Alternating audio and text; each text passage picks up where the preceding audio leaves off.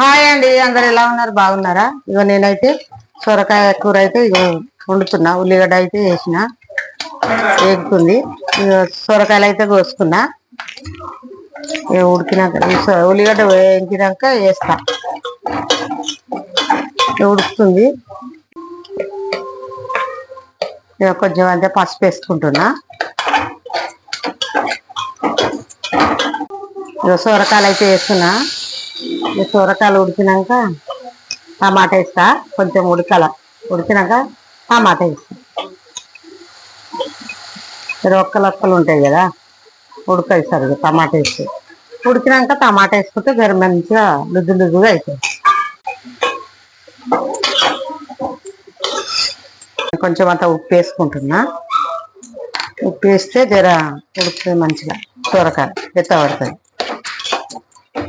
ఇక నేనైతే పచ్చిమిరపకాయల కారం, పచ్చికాయలు కొంచెం దొడ్డుగా పట్టి మిక్సీలో పచ్చికాయలు వేసుకుంటాం. కంచికాయలు కారం వేస్తున్నా. ఈ కారం పొడి వేస్తే సొరకాయ కూరలా బాగుండదు. పచ్చికాయలు వేసుకున్నా మంచిగా టేస్ట్ వస్తుంది. ఇక టమాటా అయితే వేస్తున్నా. టమాటా వేసి ఎంతసేపు ఉడికినాక ధనియాల పొడి వేసి దించేస్తా. ఉడకాలి టమాటా.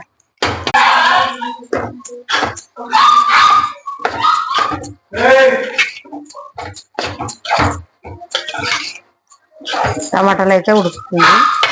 కొంచెం సేపు ఉడకాలి. ఇంకా కొంచెం సేపు ఉడికితే ధనియాల పొడి వేస్తే కొత్తిమీర ధనియాల పొడి.